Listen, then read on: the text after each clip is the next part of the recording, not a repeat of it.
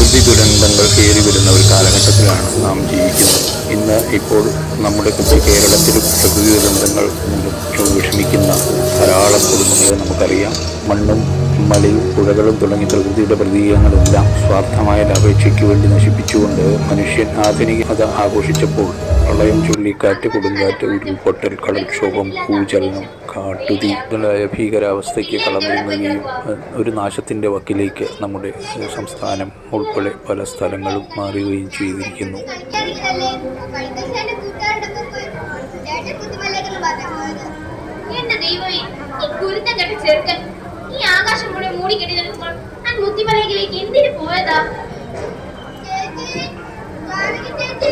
എങ്ങനെയിരുന്നു അല്ലേ? എത്ര പേരുണ്ടായിരുന്നു പാർട്ടിസിപ്പൻസ്? 2 പേര്. പ്രതീക്ഷയുണ്ടോ? ഇതാ ഇവിടെ ഒരു കൊച്ചു വിവേകാനന്ദൻ നിൽക്കുന്നു. വിവേകാനന്ദ സ്വാമികൾ ഗൗരവത്തിൽ തന്റെ ഹൈസ്കൂൾ പഠനകാലത്തെ നാടക അഭിനയത്തിലേക്ക് തിരിഞ്ഞ M G. Swami. Hi, namaste, welcome to Mumbai Malayali YouTube channel. ഇവിടെ ഞങ്ങൾ ഇരിക്കുന്നത് കലോത്സവ വേദിയിലാണ്. അതായത് പത്തനംതിട്ട സ്കൂൾ ജില്ലാ കലോത്സവ വേദിയിലാണ്. വരൂ. 1ാം സ്ഥാനം നേടുന്നവർക്ക് ഏർപ്പെടുത്തിയിട്ടുള്ള എം.ജി. സ്വാമി ഫൗണ്ടേഷൻ ട്രോഫി ഇവിടെ അതിപ്പോൾ ഏറ്റുവാങ്ങുന്ന ഒരു ചടങ്ങ് ഇവിടെ നടക്കുകയാണ്. ശ്രീനാരായണ ട്രസ്റ്റിൻ്റെ കീഴിലുള്ള സ്കൂളിൽ അതുപോലുള്ള അവരുടെ സ്കൂൾ കോമ്പൗണ്ടിലുള്ള വേദികളിലാണ് ഇവിടെ കലോത്സവം നടക്കുന്നത്. ഇതിനെതിർവശത്ത് ബാലികാമഠം സ്കൂളിലും നടക്കുന്നുണ്ട്. അപ്പോൾ ഇവിടെ ഇത് കാണുമ്പോൾ ഞാൻ ആലോചിക്കുന്നത്, പണ്ട് കാലത്തൊക്കെ ഞങ്ങളും സ്കൂൾ കലോത്സവത്തിലൊക്കെ പങ്കെടുക്കുമ്പോൾ ഇങ്ങനെ നടന്നു പോകുമ്പോൾ മൊബൈലില്ല, അങ്ങനെ ആരെയും കോൺടാക്ട് ചെയ്യാനുള്ള മാർഗ്ഗങ്ങളില്ല. ഗ്രൂപ്പായിട്ട് വരുമ്പോൾ ഗ്രൂപ്പിലുള്ളവരെ ചിലപ്പോൾ കാണാതെ നമ്മൾ വിഷമിക്കും. അങ്ങനെയൊക്കെയുള്ള കാര്യങ്ങളുണ്ട്. അപ്പോൾ ഈ കലോത്സവം ഇവിടെ നടക്കുമ്പോൾ ഇത് ഡിജിറ്റൽ യുഗമാണ്. ആർക്കും എപ്പോഴും വളരെ സ്വാതന്ത്ര്യമായിട്ട് ഇവിടെ ആ ഡാൻസിന്റെ കോമ്പറ്റീഷൻ കിടക്കുന്നത്. നമുക്ക് അങ്ങോട്ട് പോകണം. അത് അപ്പുറത്തൂടെ വരണമെന്ന് തോന്നുന്നു. ഈ റോഡ് വഴി അപ്പുറത്തൂടെ എന്തായാലും അപ്പുറത്തൂടെ വരാം.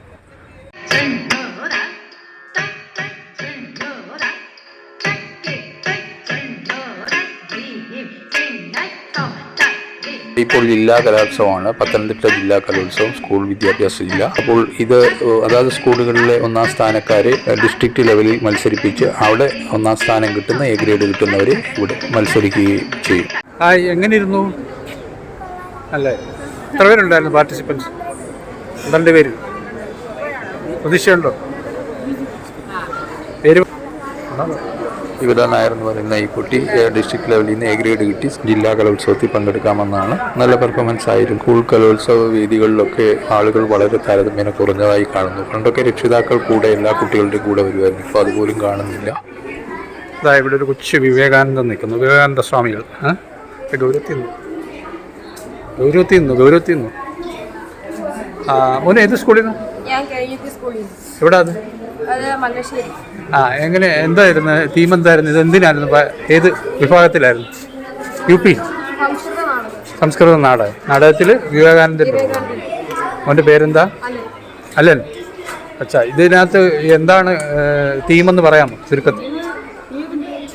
പറഞ്ഞോ. എന്നാലും വിവേകാനന്ദൻ്റെ കാലത്തെ ഒരു ഇതല്ലേ? ആ സമയത്തെയാണ്. വിവേകാനന്ദ പാറയുമായിട്ട് ബന്ധമുണ്ടോ? ഇല്ല. അത് സമാധി ഇരിക്കുന്നവല്ലോ ആണ്. അത്രേ ഉള്ളൂ. അങ്ങനെ ഒരു ചെറിയ സീനേ ഉള്ളൂ അല്ലേ? നാടകമായിരുന്നു. വേഷങ്ങൾ ചെയ്യാൻ കാണാതെ പഠിപ്പിക്കുന്ന രീതി അവസാനിപ്പിക്കണമെന്നാണ് എൻ്റെ അഭിപ്രായം. ഈ കുട്ടിയോട് തന്നെ എൻ്റെ പശ്ചാത്തലം ചോദിച്ചിട്ട് പറയാൻ വളരെ വിഷമമാണ്. ആകർഷണീയത എന്ന് പറഞ്ഞാൽ ആനുകാലിക സംഭവങ്ങളെ ബേസ് ചെയ്തുകൊണ്ട് നമ്മുടെ പ്രക്ഷോഭങ്ങളെ കുറിച്ചുള്ള നാടകം ധാരാളമായി കണ്ടു. നാടകവേദിയിലേക്ക്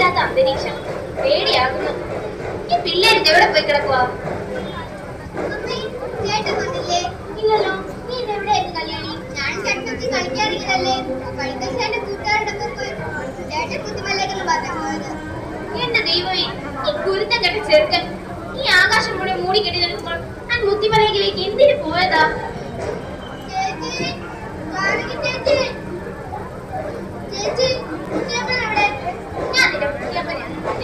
ഇവിടെ എന്റെ മോനെ ഞാൻ കാണാതെ വിഷമിക്കുമ്പോഴാ എന്റെ ദൈവമേ, ആ നാശം പിടിച്ച ചെറുക്കന് കൂടെയുണ്ടോ? ഞാൻ മനസ്സമാധാനമായി എങ്ങനെ ഇവിടെ ഇരിക്കും? ചേച്ചി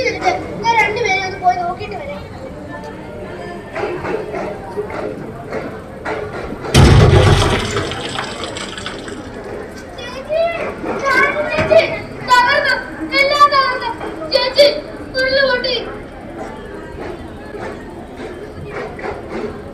നശിച്ചു, ഈ നാട് നശിച്ചു. കുട്ടിയുടെ ശാപം ഈ നാടിനെ വിഴുങ്ങി. അവൾ ഇല്ലാതായിരിക്കുന്നു. ഇനി എപ്പോ വേണേലും ഒരു ദുരിതം നമ്മെ തേടി വരാം. ഭ്രാന്തല്ല, നേര്, പച്ചയായ നേര് പറഞ്ഞതാ.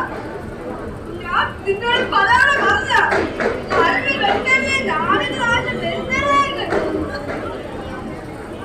ഇപ്പൊ ഞങ്ങളുടെ മുഖ്യമന്ത്രിയായില്ലേ, മുഖ്യമന്ത്രി ആശ്രയിക്കുക നാടിന്റെ മക്കൾക്ക് നീ ആര് തുണായിരുന്നു? അച്ഛൻ നമ്മുടെ ഉണ്ണി അവർ അവിടേക്കാ പോയത്. എന്റെ മോനെ നിന്നെ ഞാൻ കൊലക്കി കൊടുത്തല്ലോടാ. വേണ്ടായിരുന്നു, ഒന്നും വേണ്ടായിരുന്നു. എല്ലാത്തിനും കാരണം എന്റെ അത്യാർത്ഥി. നമ്മുടെ മക്കളെ കുട്ടികൾക്ക് കാത്തോളൂ.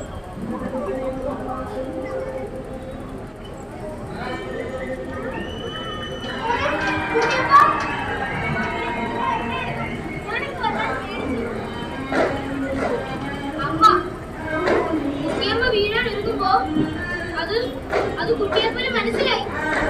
എങ്ങനെയെന്നോ കുട്ടിയമ്മ എന്നോട് സ്വകാര്യം പറഞ്ഞു, അമ്മയുടെ മോനെ കൂടി രക്ഷപ്പെട്ടോ എന്നോ.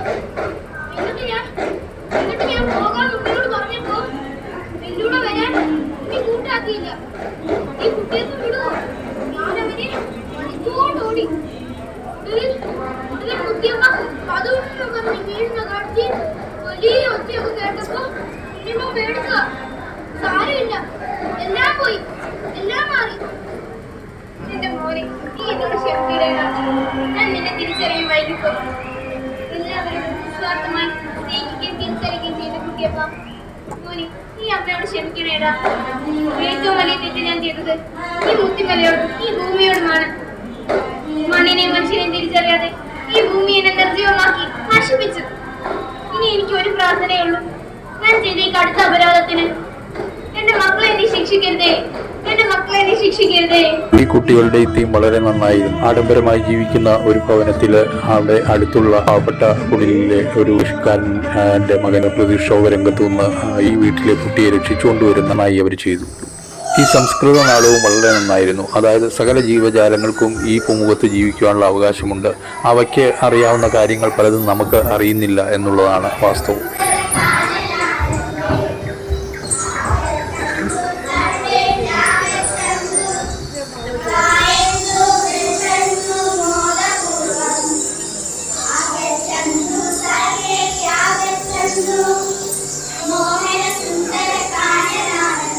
അതായത് മനുഷ്യനൊഴിച്ച് സകല ജീവജാലങ്ങളും ഭൂമിക്ക് കോട്ടം തട്ടാത്ത വിധം, കാടുകൾക്കും മലകൾക്കും കോട്ടം തട്ടാത്ത വിധം അവർ ജീവിച്ചു കഴിഞ്ഞു പോകുന്നു. എന്നാൽ മനുഷ്യർ കോൺക്രീറ്റ് ഭവനങ്ങൾ കെട്ടി അല്ലെങ്കിൽ വലിയ വലിയ കെട്ടിടങ്ങൾ മാനം മുട്ടെ കെട്ടി ഒരു പ്രദേശം മൊത്തം നശിപ്പിക്കുകയും ചെയ്യുന്നു. അതാണ് ശരിക്കും സംഭവിക്കുന്നത്. അതിൻ്റെ കോട്ടം, അതിൻ്റെ ഭവിഷ്യത്ത് വളരെ വലുതാണ്. അത് നമ്മൾ തന്നെ അനുഭവിക്കേണ്ടി വരും, മനുഷ്യരായ നമ്മൾ തന്നെ. ഈ ജീവജാലങ്ങൾ മറ്റ് ജീവജാലങ്ങൾക്കെല്ലാം പ്രകൃതിദുരന്തങ്ങൾ വരുമ്പോൾ മുൻകൂട്ടി അറിയാം എന്നത്രേ. അതായത് അവയ്ക്ക് അതിൻ്റെ വരവ് മനസ്സിലാക്കുവാൻ സാധിക്കും. അതനുസരിച്ച് അവ സുരക്ഷിത സ്ഥാനങ്ങൾ തേടി പോവുകയും ചെയ്യും. പക്ഷേ മനുഷ്യർ ഇതറിയുന്നില്ല. എത്രയധികം ശാസ്ത്രം വികസിച്ചെങ്കിലും അവർ അതറിയാതെ ഈ ദുരന്തങ്ങളിൽ പെട്ടുപോകുന്നു. വളരെയധികം മുൻകരുതലുകൾ എടുക്കുവാൻ മുൻകൂട്ടി പറയുവാൻ സാധിക്കുമെങ്കിൽ പോലും ഇന്നത്തെ സാഹചര്യത്തിൽ നമ്മൾ മനസ്സിലാക്കേണ്ട ഒരു വസ്തുത അങ്ങനെയാണ്. ദൈവം സൃഷ്ടിച്ചിരിക്കുന്നത് എല്ലാ ജീവജാലങ്ങളും ഭൂമിക്ക് അല്ലെങ്കിൽ പ്രകൃതിക്ക് കോട്ടം തട്ടാത്ത വിധം ജീവിക്കണം എന്നുള്ളതാണ്. ഇവിടെ രംഗത്ത് കാണുന്ന ഈ കഥാപാത്രങ്ങളെ അവതരിപ്പിക്കുന്നവർ അവർ പറയുന്ന സംസ്കൃത ഭാഷയാണെങ്കിലും നമുക്ക് അവരുടെ ഇത് മനസ്സിലാക്കുവാൻ സാധിക്കും. അതായത് ഈ സുന്ദരമായ ഭൂമിയിൽ അവർ എത്ര ആർത്തുചിരിച്ച് സന്തോഷമായി കഴിയുന്നു, വന്യമൃഗങ്ങൾ അല്ലെങ്കിൽ മറ്റ് ജീവജാലങ്ങൾ. പക്ഷേ മനുഷ്യർക്ക് അത്രയും സന്തോഷം ഒട്ടില്ലതാനും സംതൃപ്തി ഒട്ടില്ലതാനും അവർ കൂടുതൽ ആഗ്രഹങ്ങൾക്ക് വേണ്ടി പ്രകൃതിയെ നശിപ്പിച്ചുകൊണ്ടേയിരിക്കുന്നു എന്നുള്ളതാണ് വാസ്തവം.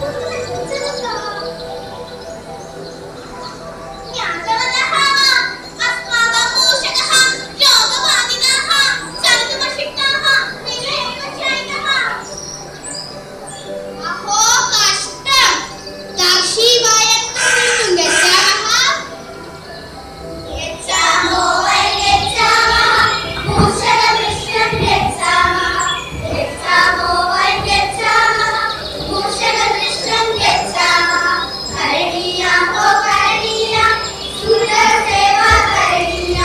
അതായത് നമുക്ക് രക്ഷ വേണമെങ്കിൽ നമ്മൾ വൃക്ഷം നട്ടുപിടിപ്പിക്കുക തന്നെ വേണം. വൃക്ഷം നശിപ്പിക്കാതെ സൂക്ഷിക്കണം.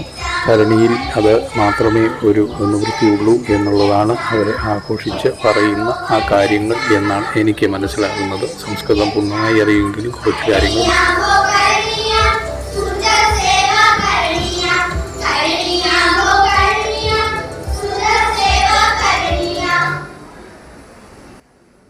ഈ അടുത്ത സീനിൽ അവർക്ക് പെട്ടെന്ന് അപകടം നടക്കുന്നു ജീവജാലങ്ങൾക്ക്. അതായത് അവരെ ശ്രമിക്കുന്നു. വളരെ പെട്ടെന്ന് തന്നെ അവർക്ക് മനസ്സിലാവും ഈ ഭൂമിയിൽ എന്തെങ്കിലും മാറ്റങ്ങൾ സംഭവിക്കുകയാണെങ്കിൽ അത് സംഭവിക്കുക തന്നെ ചെയ്യുകയും ചെയ്യും. അവർ സുരക്ഷിത സ്ഥാനങ്ങളിൽ അഭയം പ്രാപിക്കുകയും ചെയ്യും.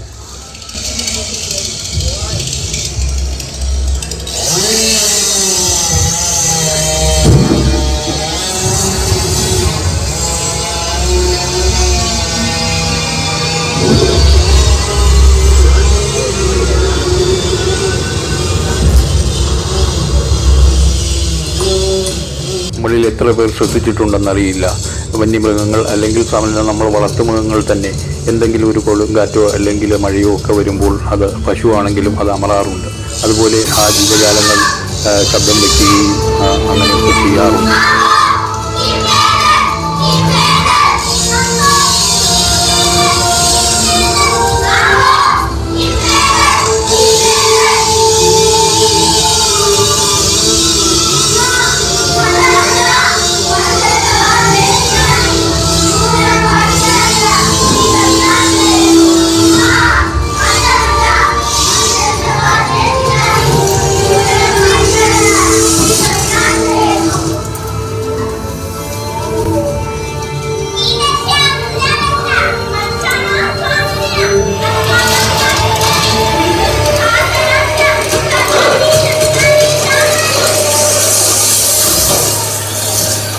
നാം ഇന്നത്തെ സാഹചര്യത്തിൽ എത്ര മൃഗങ്ങളോട് നമ്മൾ എത്ര അടുപ്പവും സ്നേഹവുമായി പെരുമാറുന്നു, എത്ര പേർ പെരുമാറുന്നുണ്ട്. എന്നാൽ അവറ്റകൾക്ക് സഹായിക്കുവാൻ ഒരു കെൽപ്പുണ്ടായിരുന്നെങ്കിൽ തീർച്ചയായും മനുഷ്യഗണങ്ങളെ അവ സഹായിക്കുക തന്നെ ചെയ്തേനെ. ശരിയല്ലേ?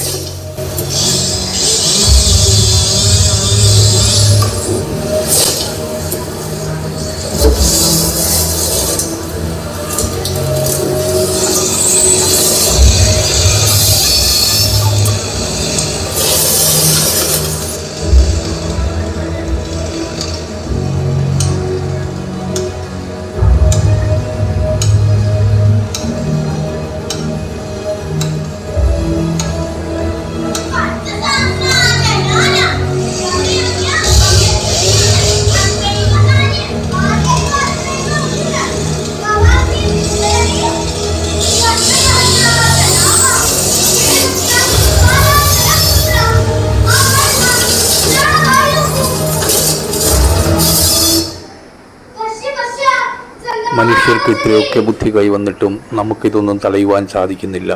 എന്നാൽ ആ വന്യമൃഗങ്ങൾ പ്ലക്കാർഡുകളും എന്തി നമ്മളെ ബോധവൽക്കരിക്കേണ്ട ഒരു സ്ഥിതിയിലേക്ക് വന്നിരിക്കുന്നു. ഇന്നത്തെ സ്ഥിതി എന്താ അല്ലേ?